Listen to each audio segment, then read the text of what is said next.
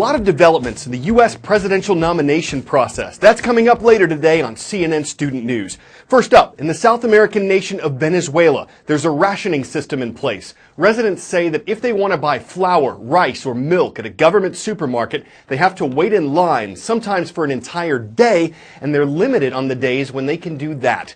The drop in oil prices in a country whose revenue is dependent on oil sales caused major deficits. The government tried to make up for those by printing money. That led to severe inflation when the value of currency goes down and the price of goods goes up. There are food shortages, people can't get medical care, they're buying medicine on the black market. Electricity's been rationed in many areas, shutting down power for hours a day. There have been riots, stores have been looted. And there's an effort going on to remove President Nicolas Maduro from office. Officially, Venezuela's a federal presidential republic, but the government's moved in recent years towards socialism, extended government controls over major industries. This economic crisis has been years in the making. The socialist government here is being accused of really discouraging investment in this economy. And what's happened over the last few years is we've seen severe shortages of food. What really made things dramatic, though, was when the oil price plunged about a year and a half ago now.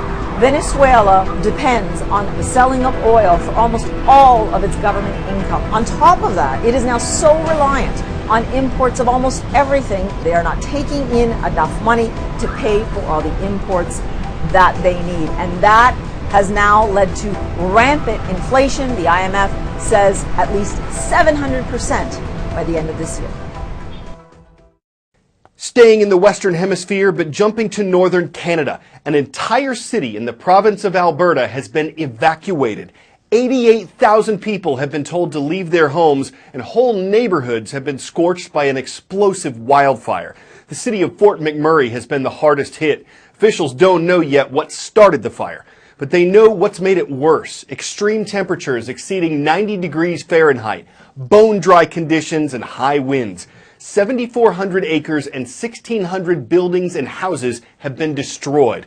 But there have been no reports of deaths or injuries, and cooler weather in the 60s later this week should help firefighters. U.S. President Barack Obama traveled to Flint, Michigan yesterday and took a sip of filtered water. His aim? To reassure residents that the federal government isn't ignoring them. The city's had a water crisis since its supply was switched 2 years ago to the polluted Flint River. It wasn't treated properly and caused lead, a dangerous toxic metal, to seep into Flint's water supply. It's been switched back, but problems continue. Residents blame local and state officials for causing them, and a complaint was filed against the Obama administration last week, saying the Environmental Protection Agency knew about the lead poisoning months before residents were notified. President Obama called on Congress to pass emergency funding to help the city. U.S. lawmakers are debating a package worth $150 million for water system repairs and health care assistance. I want to start this roll call with a special shout out to all of you teachers watching today. Thank you for using the show in your classroom, your homeschool, your curriculum, however you use it. We sincerely appreciate you this Teacher Appreciation Week. First school we're visiting is Lebanon Middle School, the home of the Tigers. It's located in Lebanon, Indiana. Next, Elko High School is here. In the city of Elko, Nevada, the Indians are watching today. And in the South Korean capital of Seoul, it's great to see everyone at Changchun Middle School. Results from Indiana. Businessman Donald Trump won the state's primary contest for the Republicans, and Vermont Senator Bernie Sanders won for the Democrats. Mr. Trump's victory was quickly followed by an announcement from Texas Senator Ted Cruz. He said he was suspending his campaign. And then yesterday afternoon, Ohio Governor John Kasich did the same thing. What this means is that Trump will run unopposed for the rest of the contests, and he'll likely clinch the number of delegates he needs to become the Republican Party's nominee for president. So there will probably be no contested convention for the GOP. But will there be one for Democrats? Former Secretary of State Hillary Clinton is still the frontrunner. She's won hundreds more delegates and superdelegates than Senator Sanders. But he says he has momentum after Tuesday's win and promises to take the fight to the Democratic convention in July. Looking ahead to the general election, it's not the popular vote, but the Electoral College vote that decides who wins the presidency. Based on Electoral College results from the last election, what would the strategies look like if Hillary Clinton ultimately does face Donald Trump in November? This map we're showing you right here is the 2012 map. This is Barack Obama, the blue states, versus Mitt Romney, the red states. Another way to look at it is we could do this. This is our first CNN battleground map for the 2016 election. If they're dark red, we believe they're likely to stay red. If they're dark blue, we think they're likely to stay blue. And you see the lighter shades for likely Democratic states or likely Republican states. Let me start, Wolf, on this map.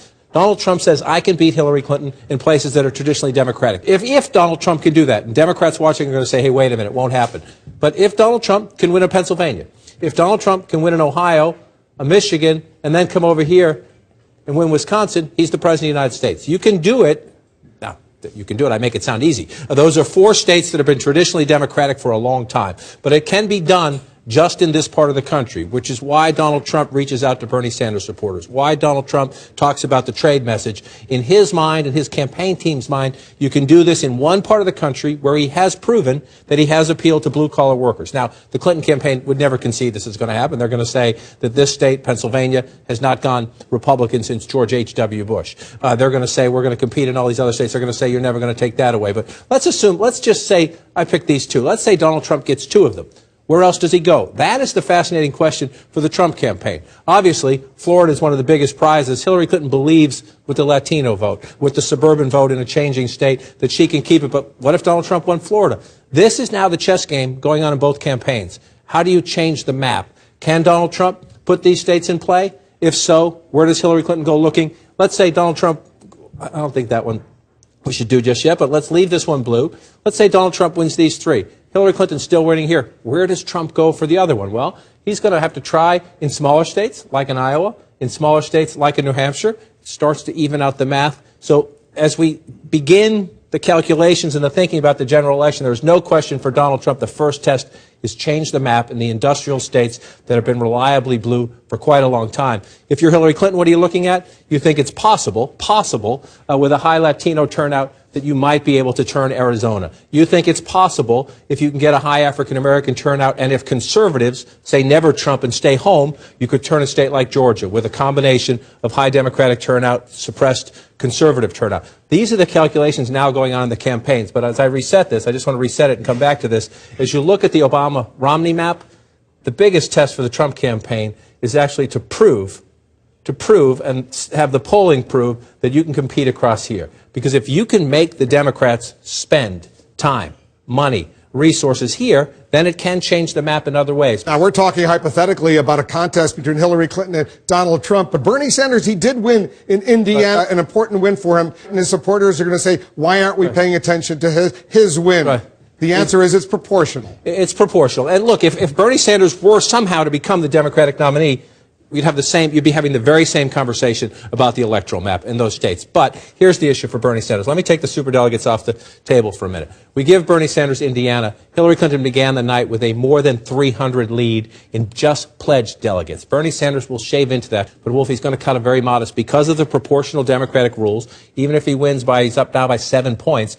Even if he wins by 7 points, you split the delegates 53-46, something roughly along those lines. So he'll gain, but she starts way over 315. And if you play this out the rest of the way, number one, if he won everything left, 55-45, a bigger margin that he's winning tonight, he still wouldn't catch up. A couple weeks ago, we showed you a type of hoverboard apparently powered by a jet turbine engine.